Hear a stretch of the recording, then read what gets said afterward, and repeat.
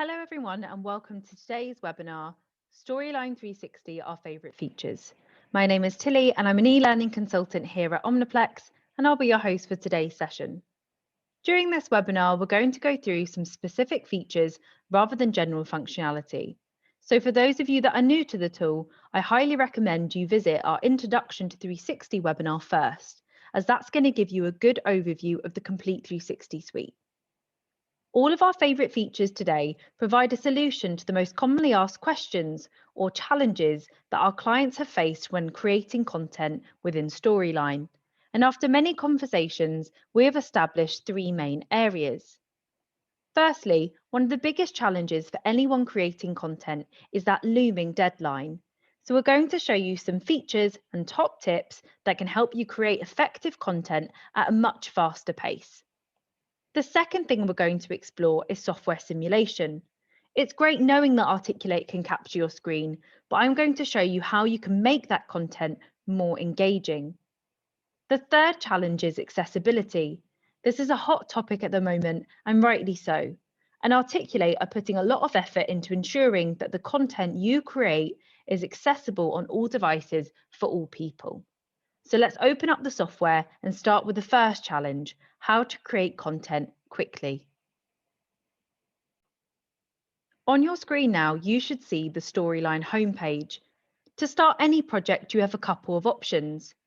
You can start a new project, which is going to give you a blank slide, which is a great way to experiment with Storyline functionality, but can be a bit daunting to start any project, especially if you are a new user. The second option on this list is to record your screen. We'll come back to that a little bit later on when we talk about software simulations. The third option we come to on this list is the import option, which was one of the first features we're going to talk about today. If I click on this import tab, you can see it gives me an option to import from PowerPoint. This is a fantastic feature to speed up the production if you are a new user. Using existing content that you've built in PowerPoint, you can select particular slides or entire projects. Storyline will then open up the slides and you can begin to add interactivity on top. Using this feature will get you up and running a little bit quicker and help take away the fear of that blank slide. The next feature on this list is a collaboration feature. Now, this is only available if you have Articulate 360 Teams account. Collaboration is a great way to speed up the build process. In other words, you're going to be able to create content a lot faster by working together, and Storyline will aid that process. Using the team slide feature, you can save your project and it'll be shared with the rest of your team. And if I just double click on one of these projects, let's take the first one, it will open up and I can start working on it from where my team member finished. Once I've completed my tasks, so I go in, make relevant amendments, I simply need to go to slides, team slides, and then I can choose whether to share the entire project or specific scenes. And that way, another team member will be able to go in and pick up from where I left off. Another way to save time is by saving individual slides as templates that can be used in future projects. For example, most of your e-learning courses will have a main menu, much like this one that you'll see on your screen now. Now, most main menus may have between 5 and 10 triggers, and it's taken you a while to build in this functionality. So once you've completed your first main menu, why not save it as a template? You simply need to go to File, Save As, pay close attention to this Save As type, because what you're going to do is you're going to go down and you're going to save a Storyline template. Once that's been saved, it will then sit within your My Templates file. And when you next go to create a new project that needs a new main menu, you can simply select that main menu template you made earlier. You can edit the content, but there's no need to build in that functionality again, reducing duplication and ultimately saving you heaps of time in the creation process. Moving away from collaboration, I also want to point out the content library. Now, this is not a new feature, but it's such a massive asset. So let's go to that. We're going to go to Insert, and you can see there's a whole tab dedicated to the content library. For those of you that are unfamiliar with the asset library or template content library, it's home to 5 million assets of stock images, icons, videos, and templates, even characters that you can use royalty free. So let's just take a look at this. Let's say a photo, for example, and let's even type in photo. I press search, it comes up with all of these images that are ready available for you to use and populate your course. Now, again, this is going to save you time in researching. It might even save you some money because you do not need to subscribe to other, asset libraries on the market. I can search through these images. I can then use the drop-down menu to go through the different styles that are available on this.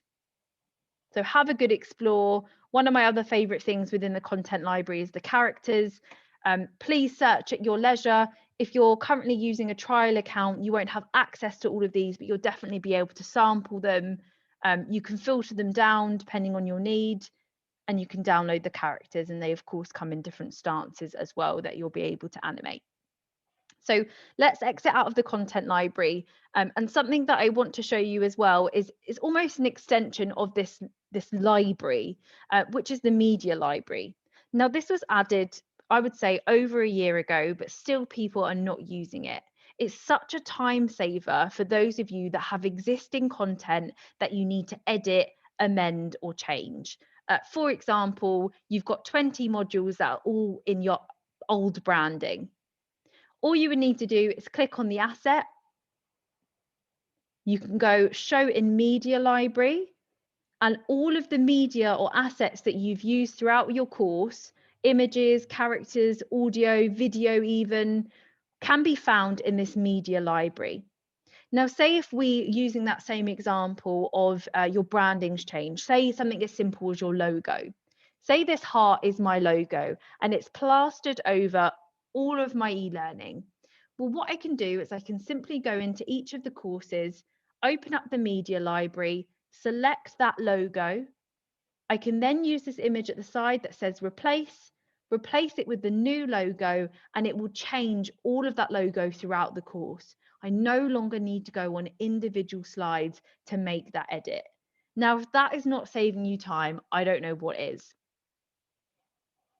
So what I'm going to do is I'm going to close that down for now, and I'm going to move on to our second challenge, which is software simulations and how we can make them engaging and effective for learners.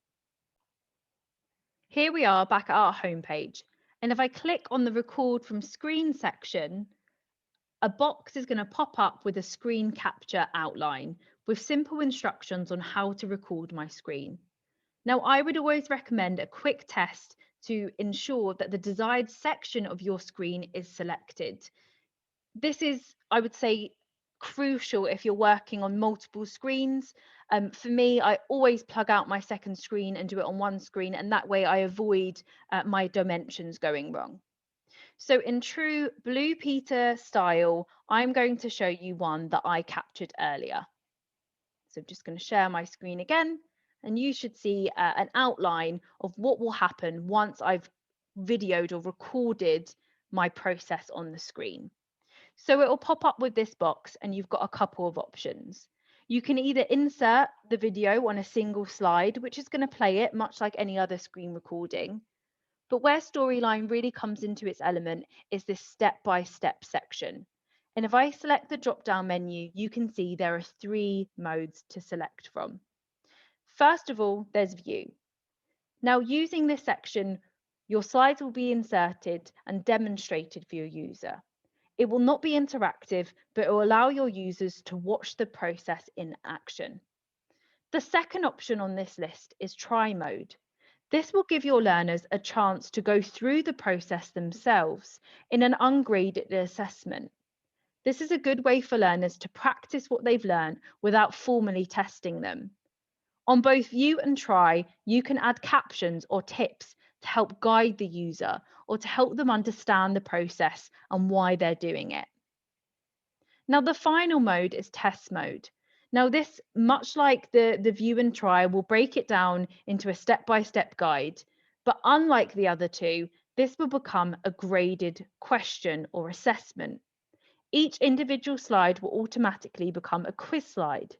This is a great way for learners to interact with the software simulation, and they can actually practice the process and be marked on it. And really, that's going to show them or show you their success of that and relating it back to the real life process. For example, your software simulation may be helping them download a key piece of software. Now, if they've proven that they can follow the steps in this piece of e-learning, you know that they're capable of doing that in real life and they no longer need, say, IT support. So that are certain ways that you can make your software simulation more engaging. Now, a lot of our clients will actually use all three of these steps, and potentially this is best practice. For example, you may start by showing them the process simply. The next step, you'll give them some guidance on try mode with tips that pop up on what areas to select. And then the final stage will be to test them on this. This is a great way to allow them to interact with the content on the screen rather than just showing them a video. And that's how you can make software simulations much more engaging. And in fact, I think, again, Blue Peter style, I can show you an example of this and how it would work. So let me open up my storyline file again. I'm going to go back to my story view and I've got a scene selected already here. Now I'm going to preview this entire scene just so we can watch it, not publish. I'm going to preview this entire scene just so we can see how it works. Now this is a view mode, and what we've actually done is we've added captions to the view mode, again, as I said at the beginning, to help guide the user through the process. Now as a next step, we might use try mode or test mode. So as we go through the process, it tells you where to click. The video then clicks it. I don't know if you can hear this, but there's also some sound effects that you can add to help illustrate that process. And it almost talks them through rather than just watching the video, potentially missing crucial steps of the process. So I'm going to close that preview for now.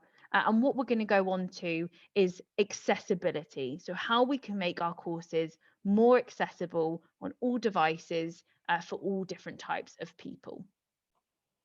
Going back to our story view, I'm going to click on one of our slides. Let's select this one. And what I'm going to do is I'm going to add a tab in here. So I'm just going to go to insert. I'm going to go on to marker and I'm going to add one of these text boxes in. And I may type, let's say, thank you for the webinar. Make sure your spelling is correct. I think that's right. We're nearly there. And what I'm going to now do is I'm going to go onto this preview option on the top. So preview is a great feature to help developers stop any accessibility challenges.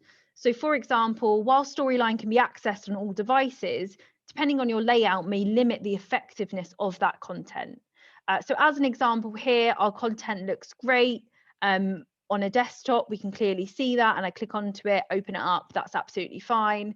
But as I go down to the smaller devices, say the phone and portrait view, you can see that it's just far too small for anyone to read. So what I can do to improve this, and we can see that on a tablet as well, tablet is a bit bigger, it's not as many problems. I'm going to go to this cog button here, and I can limit the devices, or at least the layouts that the end users and learners can view the content on.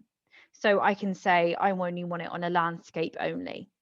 And if I do that, the learner will get a really familiar image to twist their screen. And when they do so, they'll regain access to the content. So again, this is a perfect way to restrict or to limit the challenges with accessibility on all devices. And I think using this preview feature is going to help you get there a little bit quicker, or at least help you understand what those challenges could be. Now I'm going to close this preview bar, and the next feature I'm going to speak about is more accessibility features around text-to-speech within Articulate 360.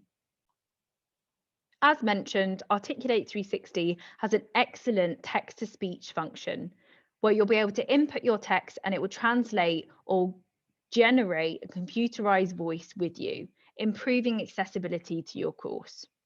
You need to go to the Insert tab here, you go to Audio, and you select Text to Speech.